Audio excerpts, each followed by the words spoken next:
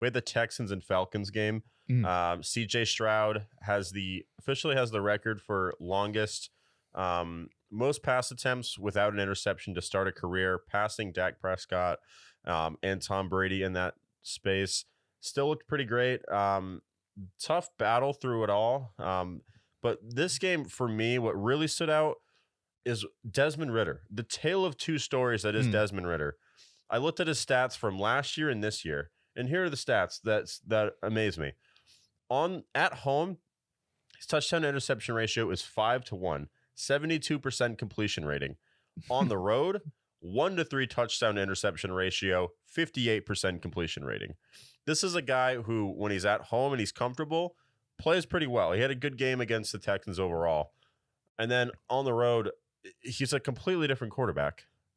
Now, I still think this team can compete for the division, but at the end of the day, this Texans team, pretty impressed with what I saw with them. And for the Falcons, they got the win. Young Hoku delivered in the end.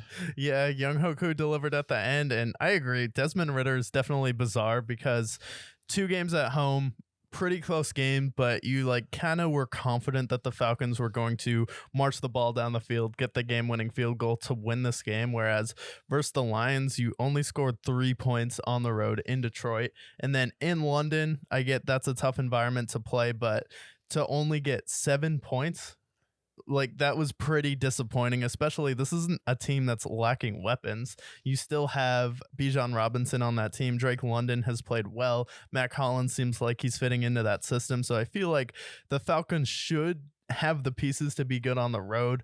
I think defensively too, that's kind of another unit that has dropped off on the road as well, where I feel like at home they're able to hold the Texans to field goals. They weren't letting them in the end zone every single drive until the Texans really needed a touchdown. So they only gave them 1 touchdown. The rest were field goals in this game. So definitely a weird team. And I had a suspicion that they could just be a dome team at home. And so far that has been the case. But on the Texan side of it, this was a tough game on the road.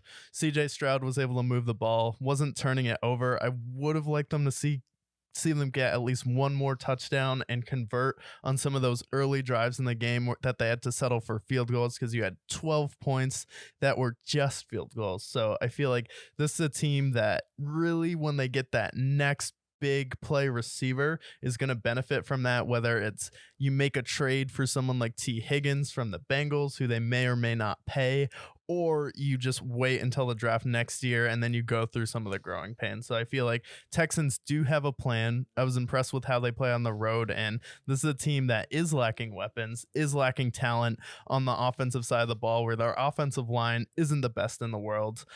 Zach Moss is your 2. You probably want Dameon Pierce to have a better running mate in the backfield than someone like Devin Singletary on that team. And then receiver wise, he's made the most of someone like Tank Dell, and then he's made the most of having someone like Dalton Schultz, who the Cowboys seem to miss, but just need that big playmaker for the Texans. And if they get 2 receivers next year, they're going to be in good shape. But I was also impressed with their defense. Yeah, I mean, they gave the Falcons some fits for the most part, and really, at the end of the day, if they could have contained Desmond Ridder at that last drive, they would have came away with the win. CJ Stroud had a clutch throw to get that late touchdown score, but at the end of the day, they marched down the field, got that field goal, and won the game. But at the end of the day, I think they'll have some growing pains through it all, but I think the addition of a T. Higgins, or maybe it's a Michael Pittman if the Colts don't want to sign Michael Pittman, one of those guys, could really add a lot to this offense.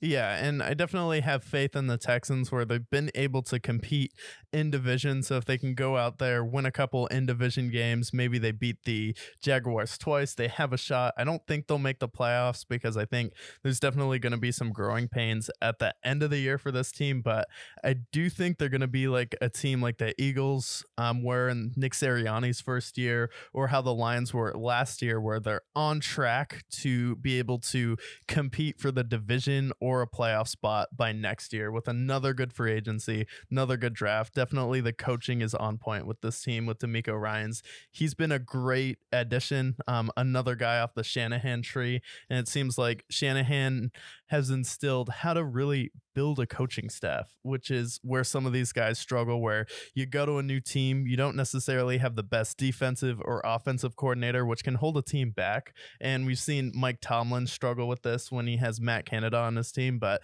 D'Amico Ryans has been able to pick up a good offensive coordinator to work with CJ Stroud, and then defensively really been able to shape that team with being able to trade up for Will Anderson in the draft and get his quarterback.